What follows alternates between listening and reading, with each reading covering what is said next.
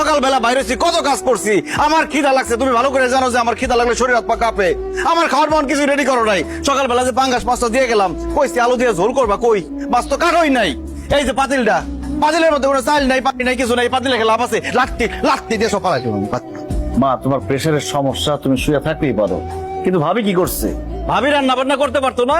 আয়সা দেখি সে মোবাইল টিপতেছে।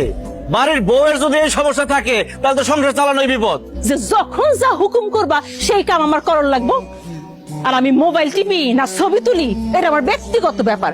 আর একটা কথা শুনো, আমার ব্যাপারে যদি তোমার কোনো রাগ থাইকা থাকে তাহলে হাড়ি পাতিলের উপরে না লাগতে তোমার বাইরে মোবাইল করে কইয়া দিও। যাও। ভাবি, এই বাড়িতে কেউ তোমার কাজের বেটি মনে করে না, এটা তো তোমারও সংসার, তো তোমার সংসারে ভালো মন্দ বোঝার দায়িত্ব তো তোমারও। সারাদিন মোবাইল টিপ লইব? এটা আমার সংসার, হ্যাঁ এটা আমার সংসার। এটা যদি আমার সংসার হইতো তাইলে